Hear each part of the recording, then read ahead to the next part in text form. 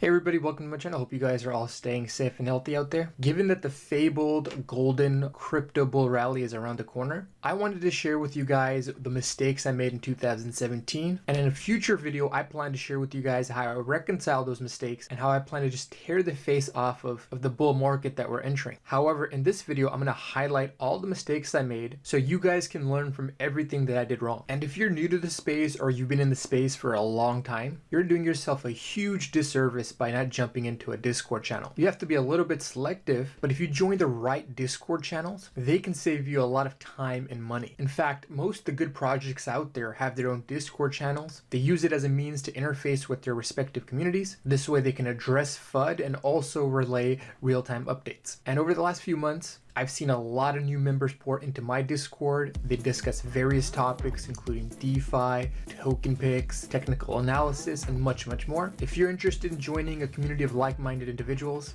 to optimize the outcome you get from this upcoming bull run, I welcome you guys to join my Discord channel by clicking the link in the description below. And if you're interested in getting character insights into me and you want to find out which projects I'm very bullish on, don't forget to follow me on Twitter after you're done watching this video. To make things a little bit easier for you guys, I provided the link to my Twitter profile in the description below. With the introduction out of the way, let's go ahead and dive into this video.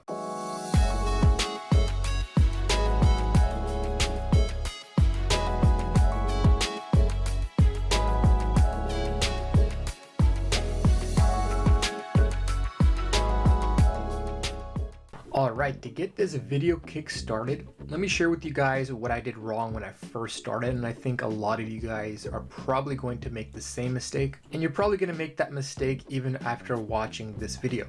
And provided that we're still in the early innings of this bull run, it may work out for you for the next year or so, but as soon as we head back into the bear market, which is inevitably going to come, you'll realize that spreading yourself too thin was probably not the best idea in hindsight. Every day you're seeing new tokens added to the market, and each token has its own respective bullish narrative. And typically what happens, a few early investors buy and they advocate for the project, aka shilling. And depending on how sophisticated the shillers are and how savvy they are, they can get a pretty far reach. And aside from YouTube, a lot of the shilling happens here on crypto Twitter. You'll often see it abbreviated as CT. And being new to the space, not knowing who you can trust, not knowing which projects are scams, which ones are legit and trying to bring a real product to the market, it's easy to catch into the hype because number one, you have a lot of people shilling their own bags, and then you're seeing all these double-digit gains. Being human, you're probably going to ape in. In other words, you're going to buy without doing much research and due diligence. And the thing is, these savvy marketeers are very good at coming up with bullish narratives, and they know who to pay and what to pay for engagements. And so during a hype cycle or a mania, they're able to get a pretty big microphone. And it becomes especially difficult when everything is going up double, triple digits. You feel compelled to buy just about every token because you don't want to miss out. The net result of that in 2017 was that I bought into numerous projects, which was great when we were in that bull rally because a lot of these projects had very low market caps. So when they got a little bit of attention, I remember getting 10x, 20x on a lot of the investments that I made. So the net result was that I ended up with over 20 different altcoins. It's already tough enough to keep up with a lot of the major news and the current events in the crypto space, but it's even harder to keep track of 20 different projects. Now, if you're somebody that already has 20 different altcoins, maybe you have 30 different altcoins, like I said earlier in the video, it may still work out for you. But for me, in retrospect, I felt like that was one of the big mistakes I made. Instead, I wish I focused on a few high conviction projects. And this way I could concentrate my attention and my capital into a few coins versus having my attention and capital diluted across 20 different altcoins. For example, let's say your bullish outlook changes, your investment thesis changes because of ongoing changes with the protocol or the project. With your attention fragmented across various alts, number one, you may not pick up on that in time.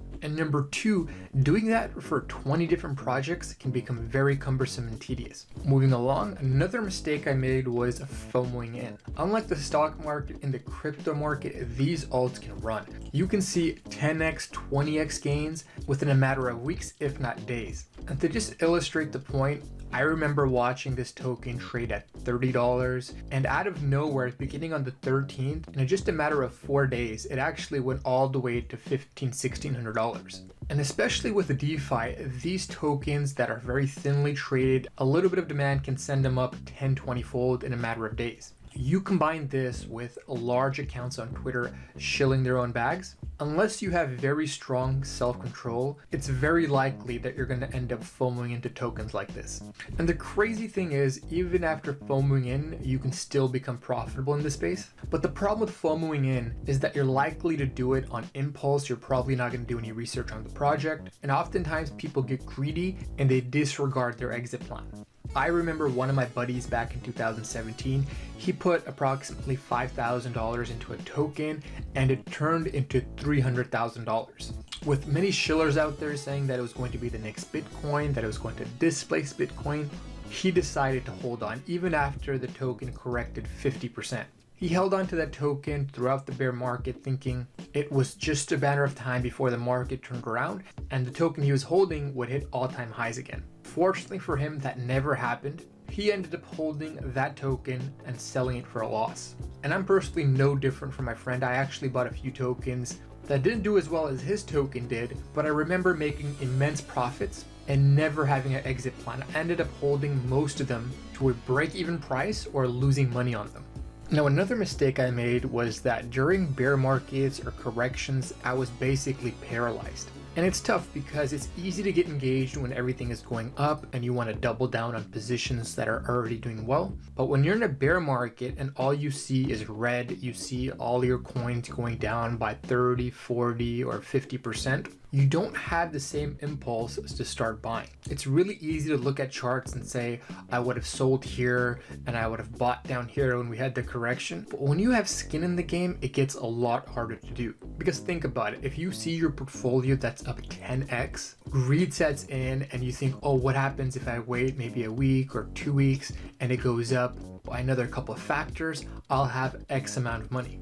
And so most people never end up selling tops or close to tops. And the opposite works in the other direction. When you're looking at your portfolio, you're seeing red and you're seeing your token just bleed out. You keep thinking to yourself, what if this keeps going lower? I'll wait until it hits this price, then I'll buy. But you don't have the same sense of urgency to buy as you would if the token price was going up. But the truth is that during the bear market, during the downturns, that's the best time to take action. And I'm not just talking about buying the dips. It's a really good time for you to reassess your portfolio allocations and decide whether you want to concentrate in certain positions or perhaps you need to shed one of your allocations a little bit.